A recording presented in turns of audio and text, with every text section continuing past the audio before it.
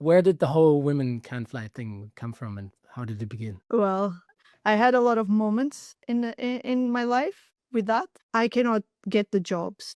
I I cannot get the recognition. I was also flying, but I was less reached out. I was less credible. And I was like, why is this? I also got some comments. Hey dude, nice videos. What's up, bro? I knew that these people really mistaken me as a guy, which is fine. But it made me think. I'm like, all right, I need to do something. I started to put myself a little bit more. My friends incentivated, like, you need to show yourself because you're showing your videos and people think that is a guy doing. And I was like, maybe you guys are right. So I need to show a little bit myself.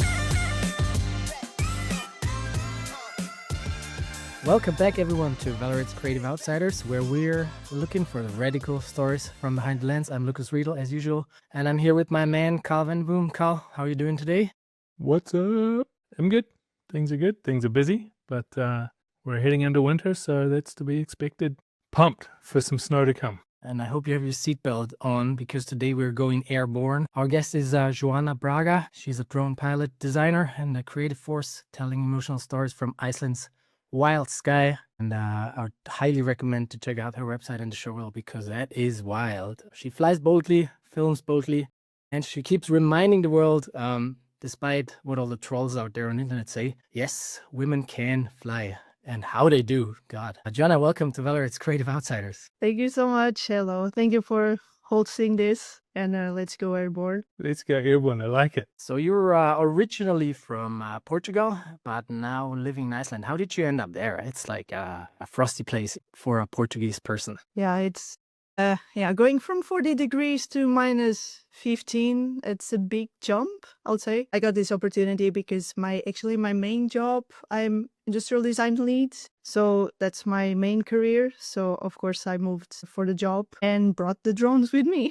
Talking about the drones, can you remember one flight that you will never forget again? Yes, especially in the winter. Actually, it was not this January, last January. It was minus 10 to minus 12. Actually felt like minus 17. I remember it was quite cold. Had a video shoot with Oz and it was blizzard. It was a yellow to almost orange warning.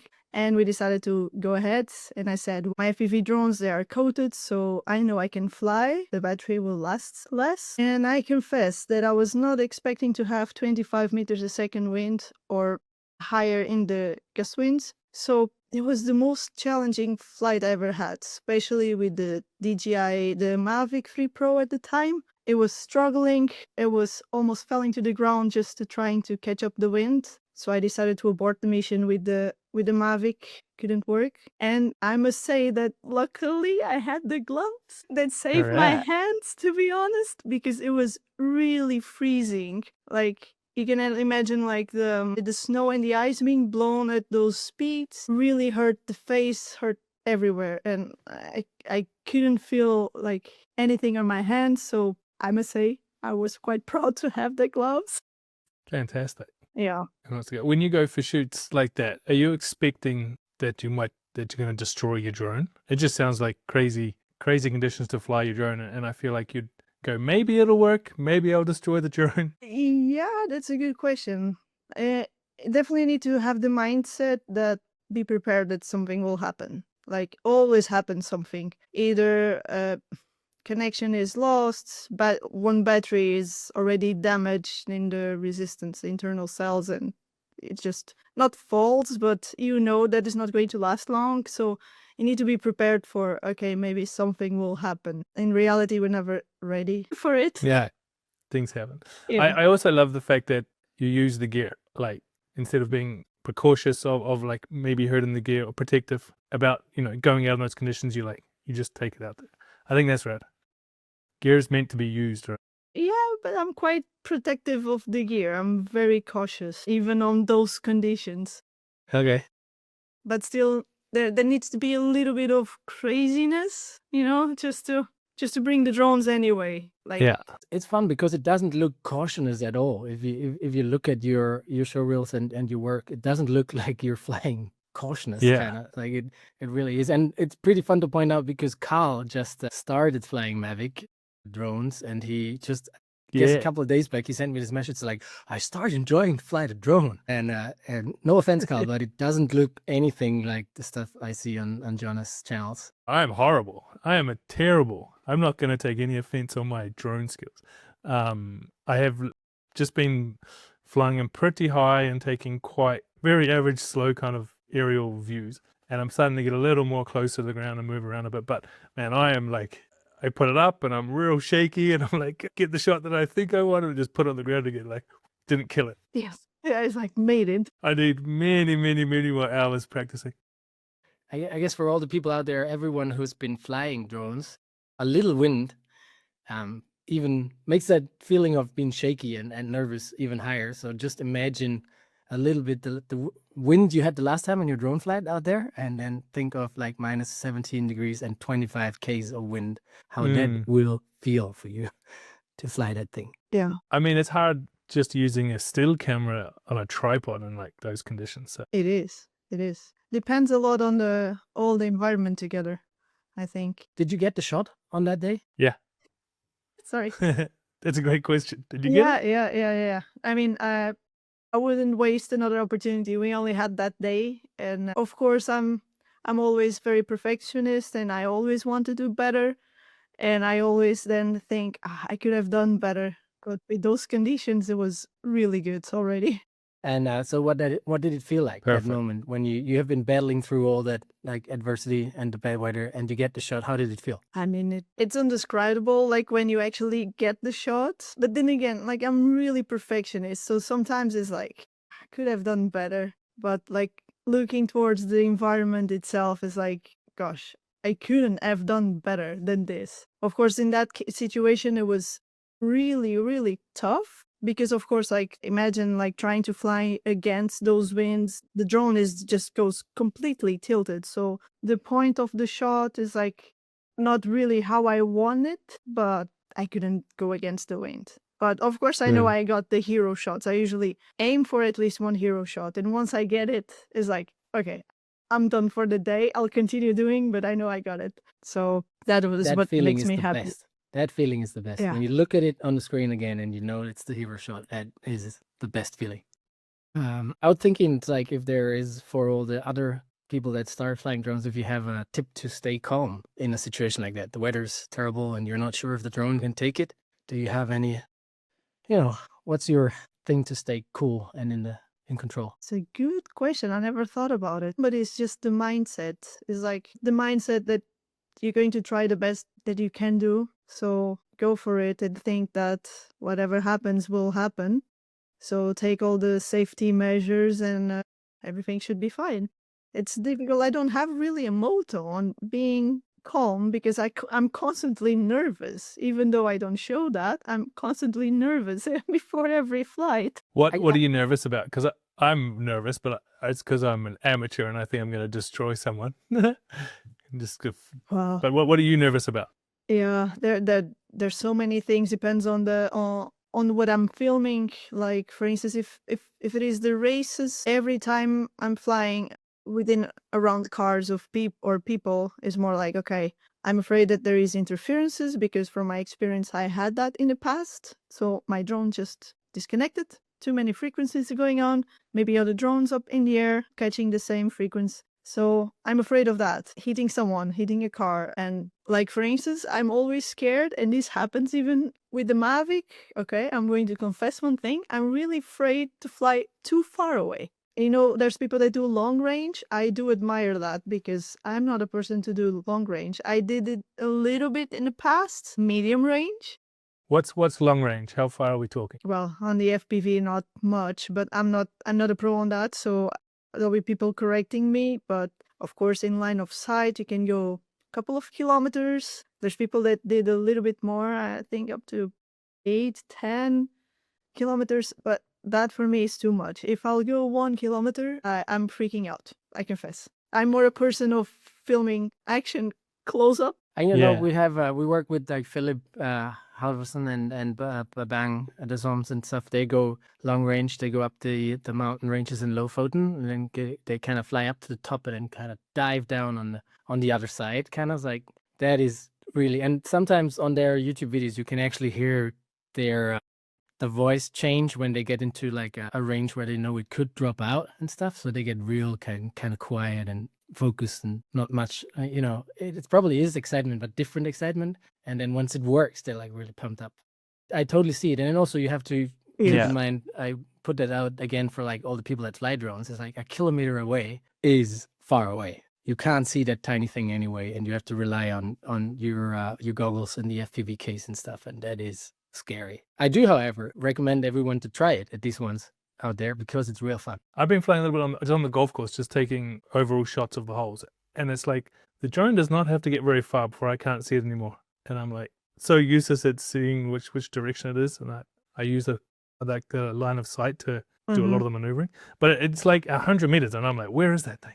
Yeah. So 1 kilometer is quite a lot, Yeah. especially for the FPV. I mean, nowadays with the DJI system it's fine. Like That's a good point. still- Like how long are you actually in the FPV business, so to say, already? How long are you flying? it's been over 5 years, 5 years and a half, something like that. I started during early COVID. I mean, I've been flying the other drones for. You're just flying around your Longer. apartment in COVID. No, I was like in the backyard. Tell us how you got started with the drones. Yeah, so I was flying already DJI. It's funny how I started, actually. I don't know which part you want to know. The DJI 10 years ago or the FPV 5 years I'm ago? kind of interested. What We take the whole both way. really. What made you pick up a drone and Because fly it's around? quite funny, actually, how I started. Yeah. Like, I'm going to be really brief because I don't want to take too long. But I actually started because I was doing solo traveling around Europe in my little Honda Jazz that I converted to a camper. I'm like, I'm going in my vacations. So I decided to go to the mountains like North Spain, Nice, and Dolomites.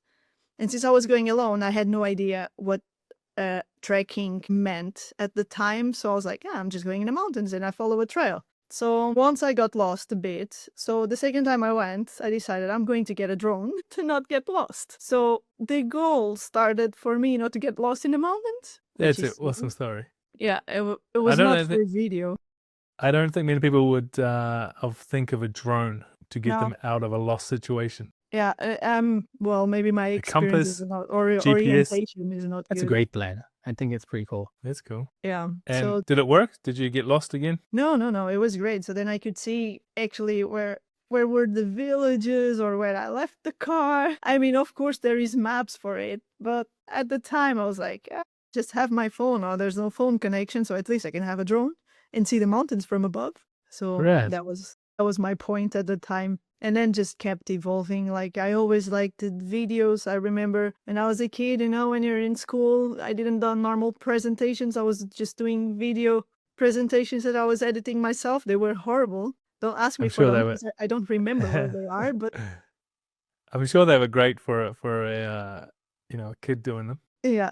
So I took it further. Of course, like seeing the capabilities of a drone and seeing everything from above. I was like, Yeah. I got inspired. Yeah, it's a very cool new development in the last, 10 years, 15 years on sort of photography and filmmaking to have that different perspective. And then you talk about FPV, Yeah. and then so you then, moved into that. Yeah, then of course like COVID came and I was like, I cannot leave the house. At the time I had a boyfriend that also started, so we started at the same time. Of course, like kind of makes it easier, the path. So then I just continued to get further. I was like, these drones can go fast. Like I wanted to go fast. I wanted to have full control because I noticed that I was never using the sensors, but well, the drones that I had at the time also, there was not much sensors with the DJI Spark. So I really didn't care about it. And I just wanted to fly fast. And at the time I was already thinking, I would like to chase cars because I'm a little bit car maniac. I love it. I love automotive. So it was my way of doing it.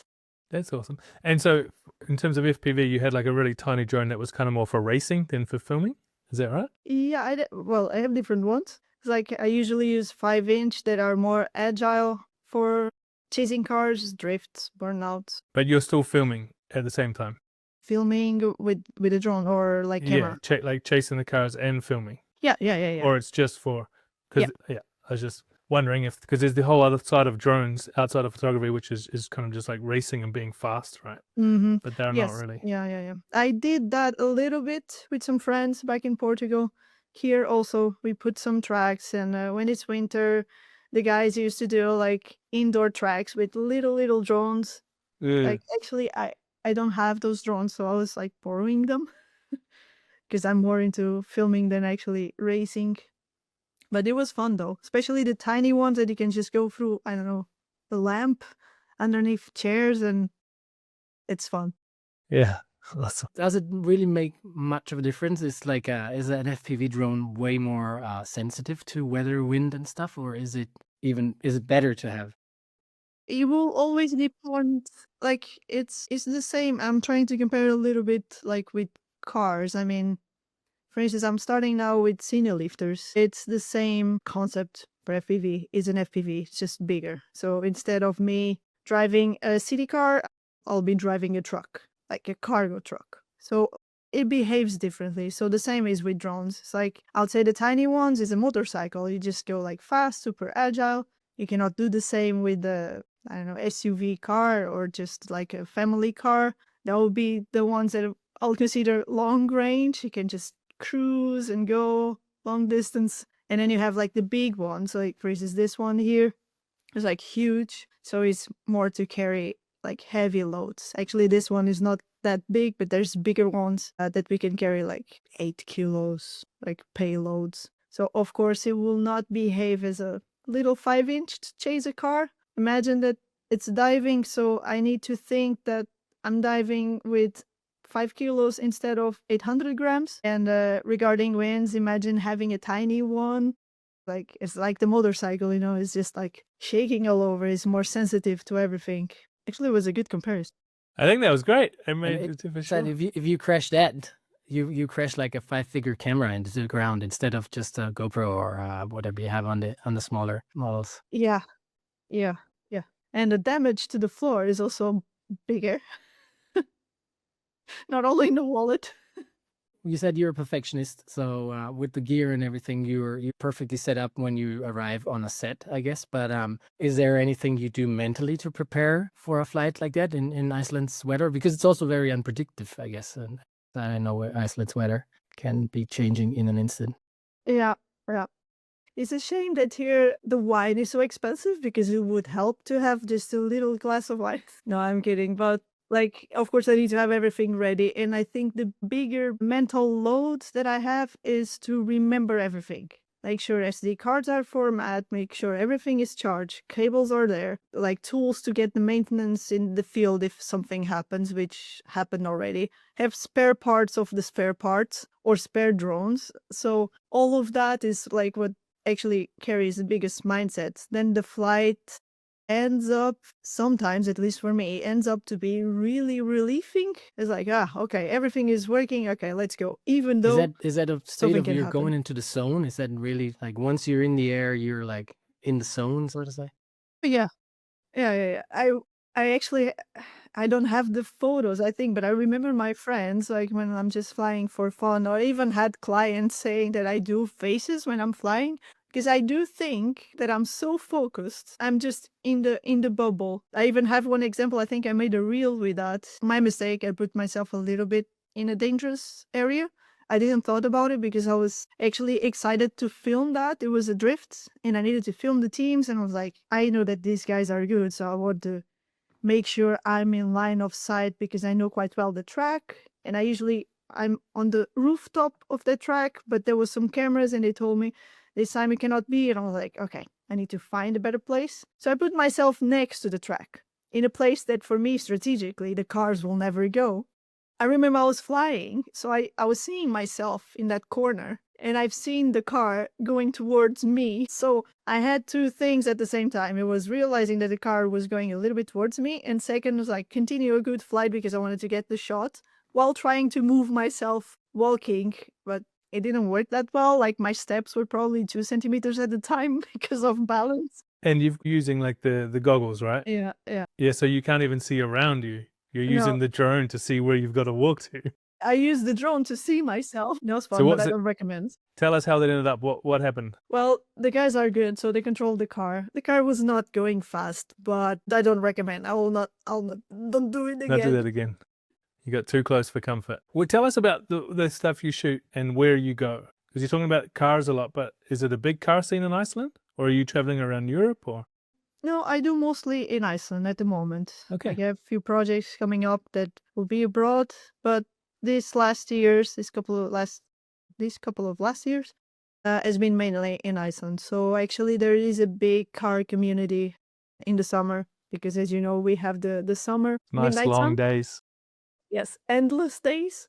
endless So days. Icelanders are crazy enough to just grab the cars, enjoy. Like every single weekend there is races, like overlapped races. So not a big community. I cannot compare with any other country because the communities here is more kind of family, you know? It's like not big amount of people. They cannot compare with US, mainland Europe, anywhere. Yeah.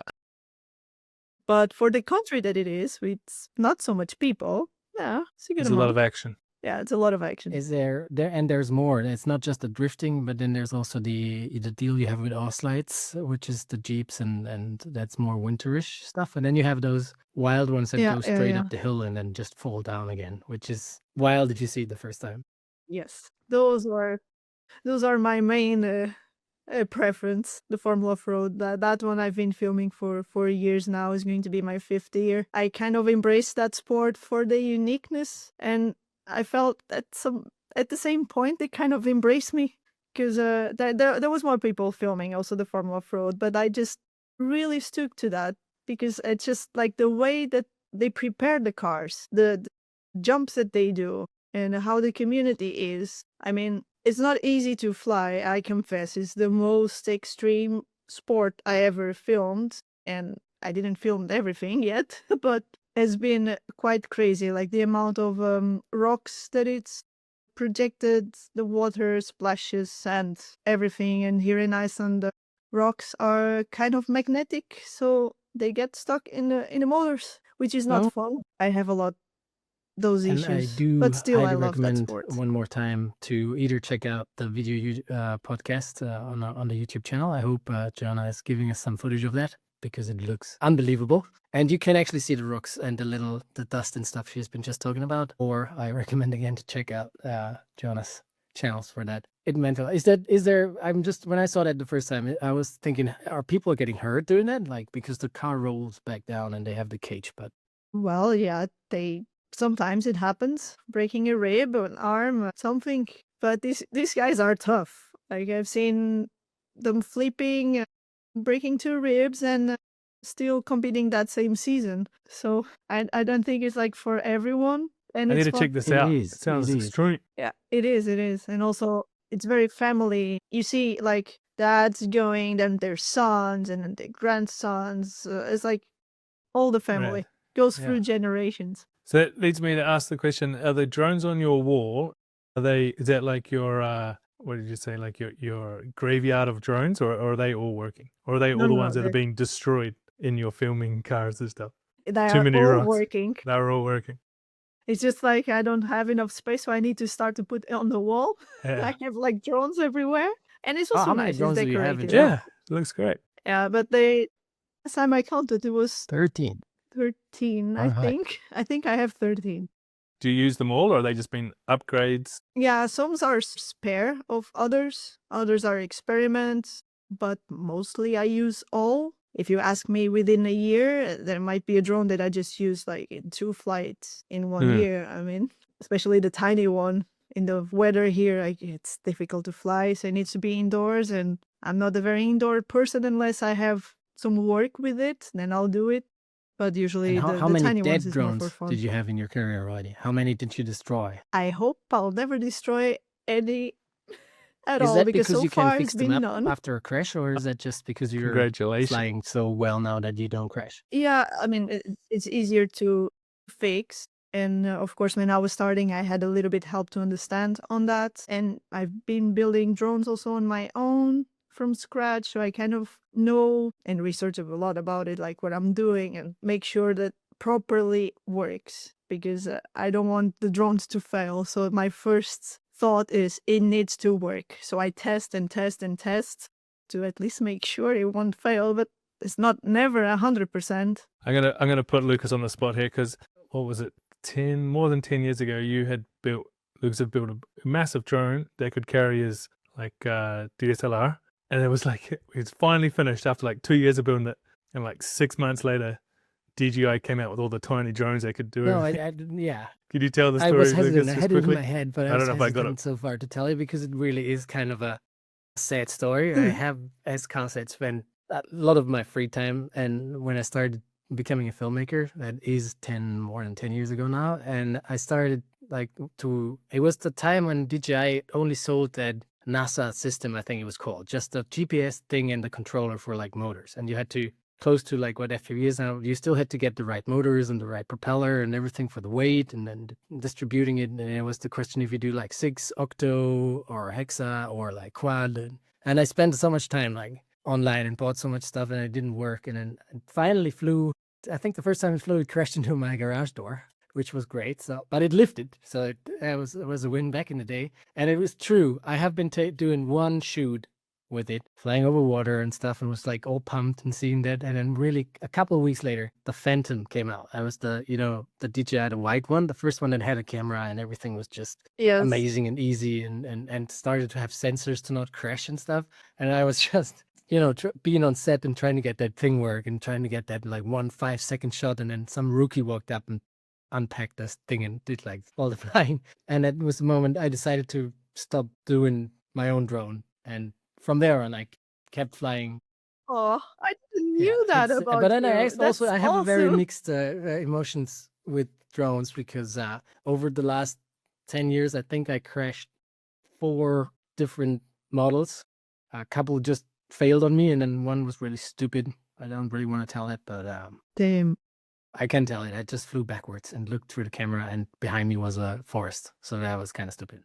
But the others were like, I had them just fail, like regular flying. It just the display turned black and the thing fell from the sky. So it must have been some electronic thing. But so yeah. Every crash, I didn't knew that about you. I That's started really to nice. fly less. Yeah, it's normal to get some view. I mean, when I say I never lost a drone or really damaged, but I had a lot of crashes. I mean, the concept of bandos, like abandoned places, like those are the best to practice. And of course, I had a lot of crashes, especially in the beginning. And I'm still having. I had last week. There was like a bit of snow, and I tried to fly in between trees, and I didn't calculate it quite well, so I went right to the snow. But I mean, I don't consider that because that's part of the process. But like really losing a drone to the point that I like completely damaged, or I don't know what it is. Like so far, I try always to be careful. Yeah, it's good. It was just fun. If I would have started like a year earlier with the whole thing and get the DSLR flying under, I could have been making it good in the filming business. I was just like, I would say a year to. Then I want to see. I'm curious to see a photo if you have someday. I'm sure I can find some old photos of that crappy. It looks terrible. That is the thing. It's nothing compared to. It had all this like what is it? The soldering spots, like the cables were open and soldered on like on just like the regular electronic, the boards with like the holes and golden things in, and you do all the soldering yourself. So it looked kind of like it was more like a transformer compared to like the modern. I mean, it's not very far away from what it is. And I think it looks super professional. It's only when DJI brought out their like compact, sleek design stuff where you go like... It is a good point. It was really turning heads. That's what it drones meant to look like. If you got somewhere and you'd put that thing out, it was turning heads back in the day. The monster. Nowadays, people are just annoyed if they hear the sound of a drone. But back in the day, people were like, "What is that? What are you doing with it?" And then you had like I always asked people to step back like 50 meters because I was never sure if it would lift off the way it had lifted off the last time. But if it was flying, but if it crashed for real as well because it was kind of heavy. It had this like huge ass gimbal under it from carbon fiber rods and stuff, and the gimbal never really worked. I gotta say, I had to put it in one position when I lifted off, and then the remote. I never got that really going to control the gimbal and the drone. So then at some point, I think quite impressive.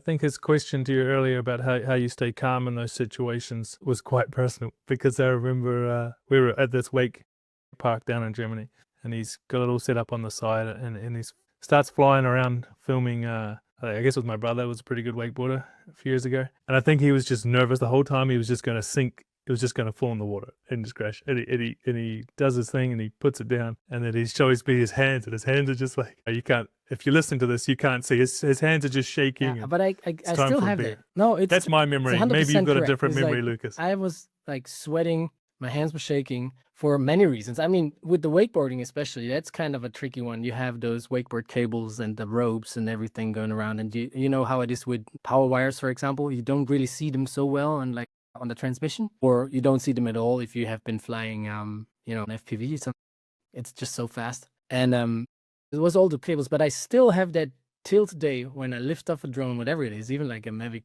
3 or something that's almost like an autopilot. I still get the shakes and the sweating, even if I know I just fly up and do like an orbit and then I land again, which is basically not a problem nowadays. But I still get the shakes, and I never get rid of that. Does that go away for you, Johanna? When because you said you were nervous, but once you start flying, does all that go away? Are you then like calm and like focused? Personally speaking, no. That makes me Not feel way really. better. Okay. It's like I seem like really, really tough on my videos, but I'm like scared constantly doing calculations, hyper focus, like don't fail this, don't fail that. Oh, the shot is here. It's like, oh, look at the bird. And sometimes if I'm flying for fun, I have like ADHD. I'm going everywhere with the drone. It's like, oh, a bird, oh, a tree. I should go there. That makes me feel much better. So, yeah, I Because think I thought it was also just me. I'm so new to it that I'm just scared that I'm just going to lose control, and I don't know what. And I just figured I have not flown that much. That would just go away once I get more comfortable. I mean, eventually, yeah, of course, I'm making a big deal of this. It depends on the situations. I'm seeing the most like hardcore, like the cars. I'm imagining the farm off-road, or if it is like snowing and windy, Yeah. and of course, or flying over water and the conditions are really tough. It's like, well, if I lose a drone, I'll lose it. So, Yeah. of course, I get a little bit scared. Like, for instance, I was a bit nervous this like couple of days ago that I was filming with a friend that had an idea to put the ghost up in the air over Reykjavik. So I was responsible to just film while he was carrying in the matrix like a huge 3-meter ghost. I think it was a 10-meter wire, and I'm like, okay, let's go. So I was with the Mavic 4, and I got at some point quite afraid first because I'm flying around buildings, and I didn't want to get too close to the ghost. There was a wire between the drone. It was dark, so I was scared. Yeah. So it's more situational for you in terms of your surroundings, Yeah. rather than just the fact that you're flying the drone. Yeah, it is a surrounding. So it's every time I think it's the risk. I always analyze the risk of each flight. But it's also part of like what makes it so fun and so enjoyable. Is like that it is constant excitement, bigger and smaller, but every time you lift off, and it's like it's a little unpredictable, and you get this, like Carl does it, you get that just feel just so hopefully it doesn't go away, it doesn't fly away and crash somewhere, and it's part of the fun, isn't it? Yeah, it is part of the fun. Especially your stuff. I just looked through like your Instagram clips, and like how close and how fast you get to the cars and swirl around them. Like it's got to be some adrenaline too. Yes. Yeah, I mean, I love it, especially when it's things flying, like, or smoke. And sometimes I'm like, I try always to be in the smoke to get like all that dynamic shots. And yeah, sometimes it's like, oops, I'm too close, I need to get away. Or sometimes the tire blows up and you see all the little wires flying next to the drone, and you know that they can be tangled around the props, and that could just make your drone go crash on the floor. I have I that had one it question. already Are you more happened. So stoked about the shot you got or the flying you got done? I focus mainly on the shot. So for that, I need to analyze which flight I'm going to do. Because, for instance, it's really hard, and I try my best to do differently from everyone. Like, I just don't want to chase a car behind. I want to do things around the car. I want to get the best moment. And sometimes it needs like 20 flights until actually something happens. And sometimes it happens and I'm not flying, and I'm like, damn it, I could be flying now. Are you visualizing your flights kind of like the car races are? Like a Yeah. car race driver would be like, in his mind, he knows the corner he's taking, what's coming next. Are you doing the same with your drone? As you like, the car will be there, I'll fly. Yeah. Yeah. Definitely I do that. Again, depending on what am I filming. Like for instance, drift cars, I would say it's quite easy to film because they are so predictable. You know exactly what they're going to do, and after observing them, you know like the speed that they're going, when they're going to brake, and it's like a constant speed. So you have time to just those you actually, at least myself, I don't plan that much. I know what they're going to do, so I'm like, I want to just get close and get this shot, or I want to do reverse when he's going to do the turn. So it's after like a couple of flights that then I know, okay, I can do this. While in other situations like motorcycle races, especially enduro, those are really tough because it's like I can't remember how many kilometers it was the last time I filmed. 50 kilometers. I'm saying out loud, maybe it's not 50 and it's like 17. But anyway, it was a track of kilometers and kilometers. So it's not just one place. It was through the mountains and everything. So that I only have one shot. So I need to be at the beginning, filming the beginning, and try to get myself in the car, follow the track, and just have one shot, one flight that is like, okay, it needs to be good and catch this that is going to happen. Yeah, And so, move along the in race. that situation, you can't necessarily like plan it perfectly, right? Like you just have a plan of following it, and you're trying to get the best shots you can along the way. Yeah, you kind of think about them while you're flying. Yeah. So you analyze while you're flying. Some cases I need to do scouting, so I need to check the space, the area before to see, okay, I have a mountain there, maybe I can fly from here, or it's windy in here, there's a lake there. Then I need to analyze. But when it's like not planned, I plan while I'm flying. I mean, was that when you were flying inside of a moving car and you were flying outside? Was that something like that? What with the motorcycles? Because I imagined like you standing there and being in control and having this all visualized. If you stand at a certain spot, I can kind of get that Mhm. idea. But I've seen you like being in an off-road car and thrown around with your goggles on, and then you've been flying from inside the car, the drone's outside, Yeah. doing something. Does that interfere with like the planning and how you can handle Yeah. the drone? Definitely. Like, imagine that because when I don't know if you ever use the goggles on the drones, on the I just FPVs. tried You a ever couple, tried and then I to was use and see? like No, not brave I've never enough, tried it. I'd say. So you kind of have a rough idea because, for instance, before I started, when I first saw the first goggles and there was a bunch of analog ones, I thought it was like VR. And I had VR set, but it's nothing compared with VR. It just seems like I'm in the cinema. The cinema is like, it's here in my eyes. So you see a square. So I thought it was like all around. And what I mean with this, with the square. Yeah, so imagine that square is like shaking. It's not fixed with your eyes. So it can get like really dizzy. So of course, in that situation, I cannot plan. I would say that if I'm flying inside an off-road car or anything that it's moving a bit rough, because I also did in a buggy while crossing a river. That was the craziest thing I ever did. And that thing was like moving while I was seeing myself in third-person view and the car. You are like in survival mode. At least I am in survival mode. It's more like, okay, I cannot crash. So I just need to have the car centered in the frame. I'll try to do my best to not to crash. And I've been quite close already in those situations. And I usually do it when I need to save time, like in some sets that I've been before. Not that I needed to film, but some places I wanted to film and they ended up using it. I just said, like, for instance, I have an example that we had 7 big cars. And I thought, okay, we need to go there to film the next scene, but I want to film us going there because it's just epic. It makes sense. So I asked them just to stop, put the drone outside, and we continue without me standing or so. It was saving time. So I got the shots, asked everyone to stop. This was a stop of like 5 seconds. That was it. Very So it efficient. is also saving time. Yeah, it sounds also like you've got a very good filmmaking mind too, right? Of like finding the shots and framing the shots and getting everything along the way. The same you would just do without the drone. You have still a very creative mind and a good understanding of like video production, but your video camera is just happens to fly. It's a good observation, and thank you for also the compliment. I can also share something very personal.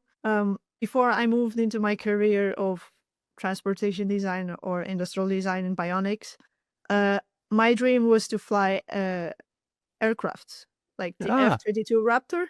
I wanted to fly that.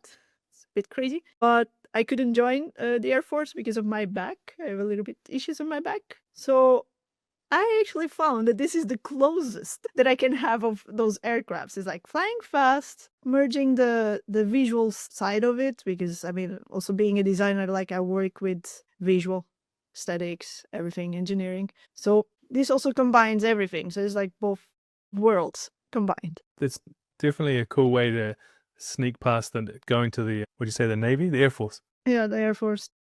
No army training, just go straight to the flying part. Yeah, just flying here. It's pretty good. It's like you spare all the Top Gun nonsense. You just go fly.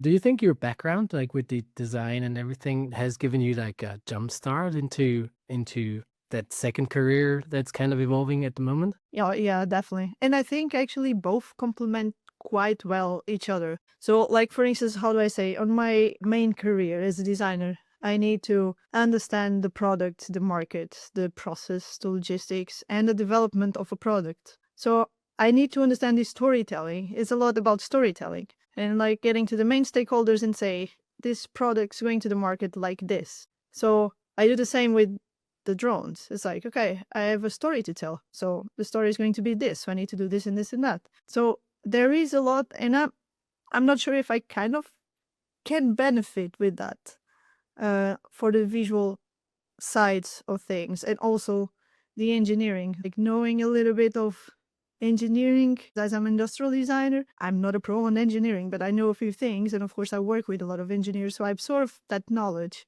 and I learn a lot also with the drones. So it's two different jobs, but they complement each other without clashing, and I kind of like that. Yeah. And I think once you have like a design creative mindset anyway, like being design and creative with visual storytelling, you're using the same skills, you're using the same mindset. You're just using a different medium to get the story out. Yeah, totally. That's a good point. But before we nerd out more on the drone flying feelings and shots and stuff, the cool things you've been doing, I wanna jump into one other thing. I think it's important that you do. We're all working in a field that's very male dominated, and you're the one thing that also, I gotta be honest to you, but what caught my attention was your Women Can't Fly.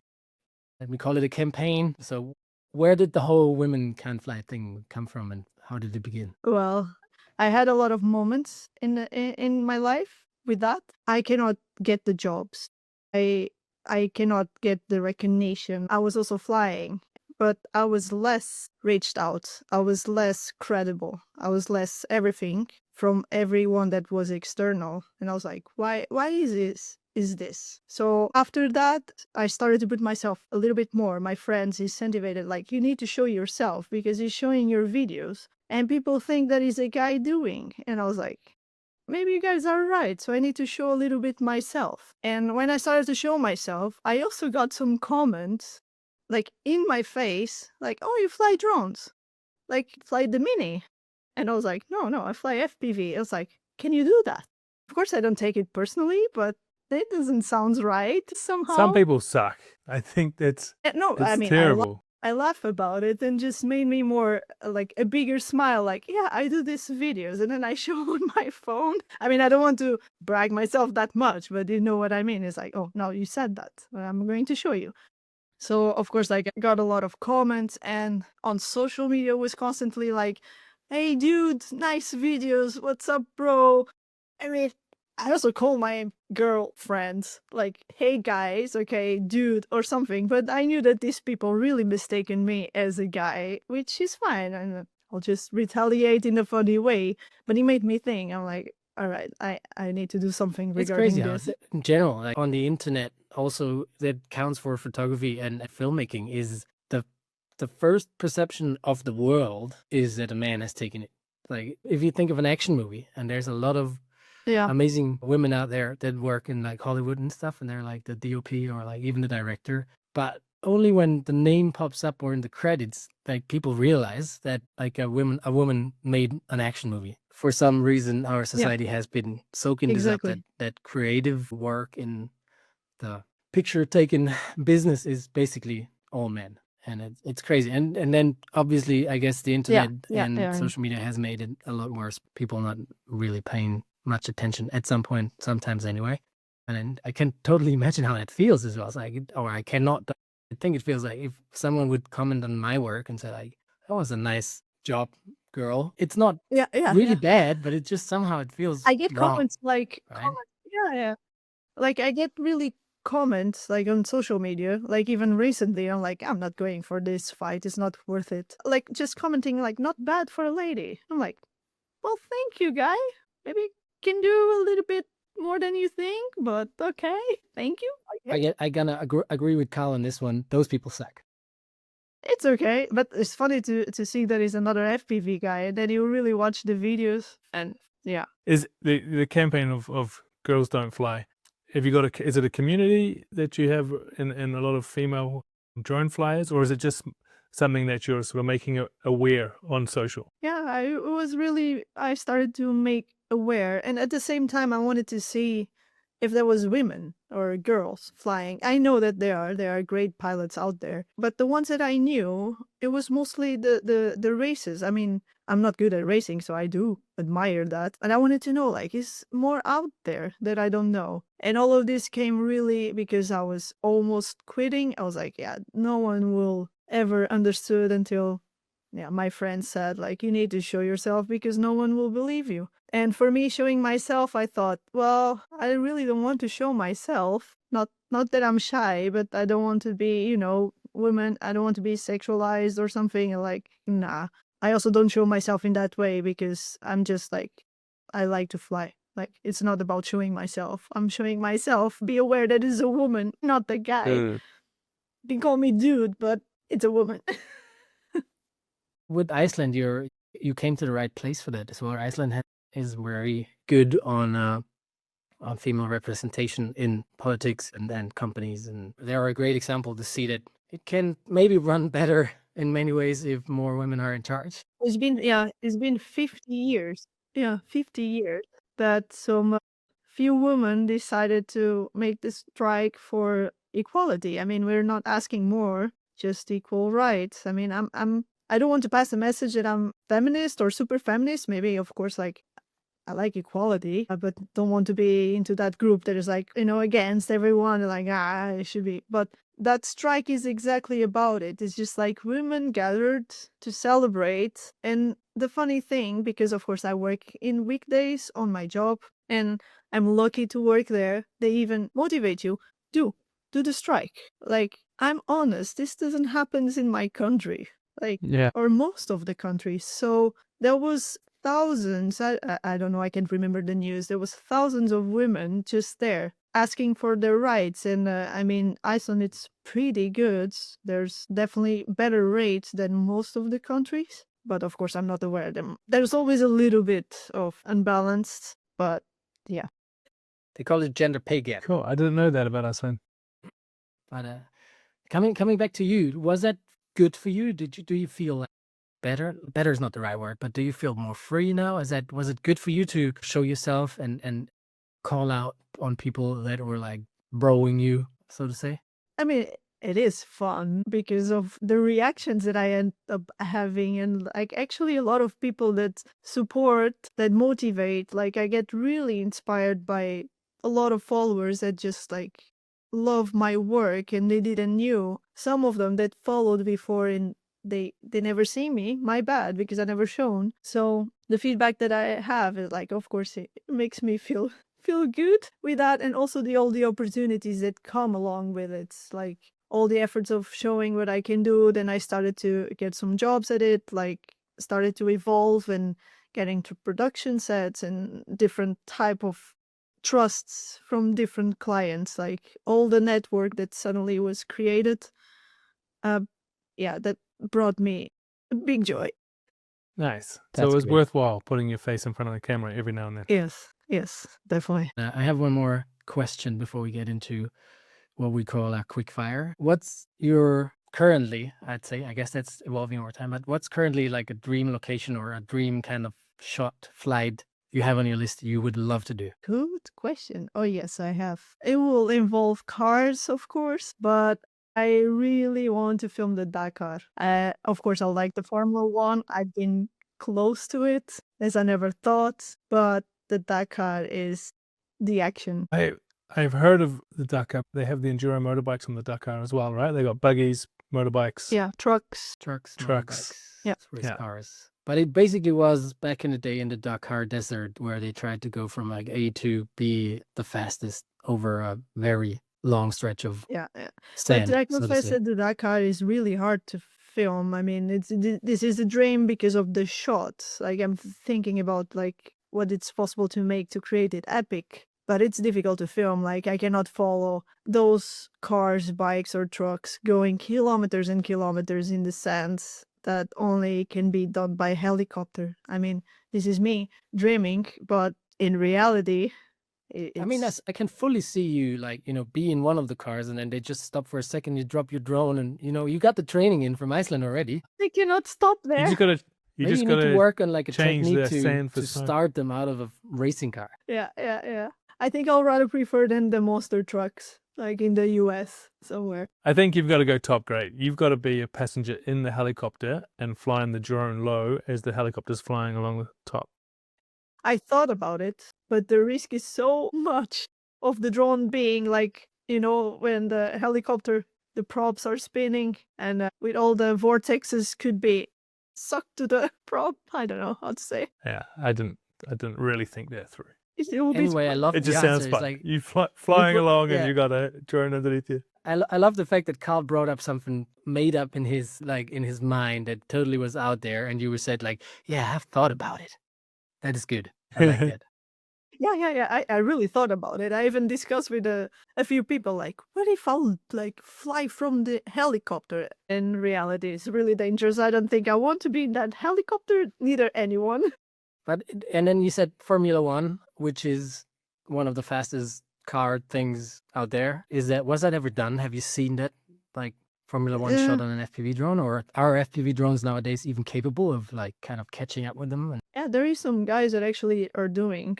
The Dutch drone gods, they build their own super fast drone that is like in the record so far. So they filmed the Formula One car going, I don't know, above 300 kilometers an hour, if I'm not mistaken. I'll need it to confirm, but something like Very fast. very fast. Yeah. But of course, again, Wow. this type of sports, they cannot ever happen because you cannot risk to have a drone interfere Yeah. with this type of races. And also, I wouldn't want to be the person like being on the way, You shouldn't let me do it. That's for sure. Being a pro in crashing with drones, I will not do that. Promise. You still have your drone, the first one? I actually just had a colleague bringing me the last one I broke because it was stored at his place. I broke it in winter, I think a year ago, and he just dropped it by my place today. That was a pretty good reminder of Okay. how good I am in drone flying. But I think you sold the one you built, right? Yeah, I did actually. When I sold it, I was surprised on it didn't decrease at that time, at least not so much in the price, like because it was kind of expensive. If you compare it probably to buying like a Mavic nowadays, you would say like you're an idiot on spending so much money on that thing. Yeah. And back in the day, that's one thing I have to point out. Coming back to that, I have to point it out. Back in those days, having a real camera on that drone actually made a difference in quality. And that super quickly changed almost completely. I mean, if you talk a Mavic 4 or like a Mavic 3 Cine, they're crazy good. And now you have the Cine lifter and all this kind of things. But yeah, still Formula One, it's not for me. That was ahead of time, for sure. Yeah, he was. Just not enough You're a still. But anyway, Trendsetter, I Lucas. tried. Yeah, that was good. That's so cool. Cool. Let's wrap this up with what we call the quickfire. It's just easy questions, and you basically just give a quick answer. So My God. I will just hit you with the first one, and that's probably an easy one. Is it because it's wind or calm skies? Which one do I like? Wind, actually. Yeah. Yeah. Okay. It's I challenge. thought for like all the drone people would say like calm skies for sure. Yes, I like, but I like the challenge somehow. Not super wind, no 25 meters a second. Okay. And then it's a tricky one for you. Cars or airplanes? But damn it, no cars. I'll go for the cars. Okay. Wow. Fear or adrenaline? Adrenaline. That was like 100%. I wish I have no fear, but I have. So then I prefer adrenaline. What's one word to describe your flying? How can I be fast? Cautious. It certainly doesn't look like. Still, I It would does like, not look but- cautious, I know. but it's a good I answer. was about to say crazy, but I don't want to tag myself as crazy because I always think I can do more crazy stuff. So cautious. I always try to be cautious. That's pretty good. So, is there any more? That's the quickfire wrapped up.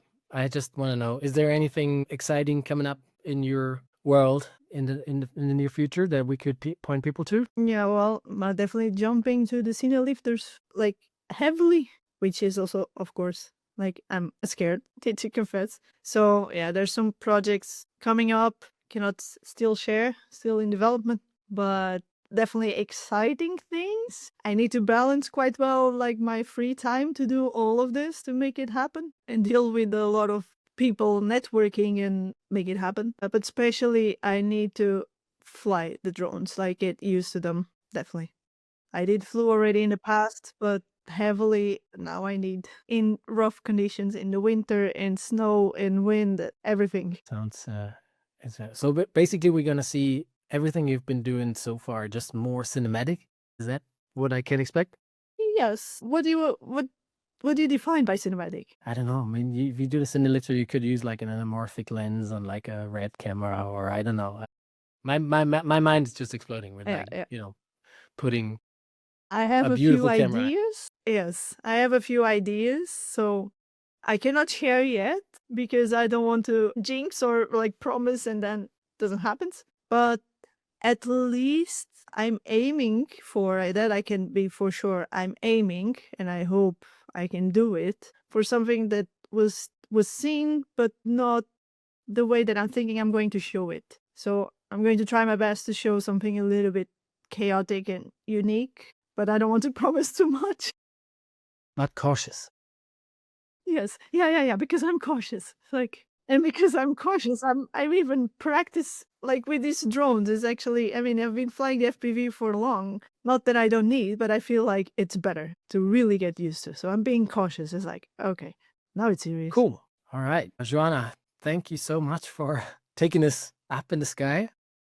Thank you too. Thank you so much for the invitation. If this episode made you want to grab a drone, shake off any doubts. Go try it. Go buy whatever you can and try flying. Join us all on the shakes and on the adrenaline. If you enjoyed the episode, obviously hit the subscribe, follow button wherever you're listening, Apple, Spotify, YouTube. Carl, Thanks, Joanna. thank you for joining. That was Joanna, awesome. Thanks for becoming a Vallerret Creative Outsider and also for joining Vallerret Gloves as an ambassador. I'm Yeah, looking we're forward stoked to pumped have you. to see So- your work in the future. And all you guys out there, thanks for listening and catch you guys in the next episode. Thank you. Thank you all. Send it.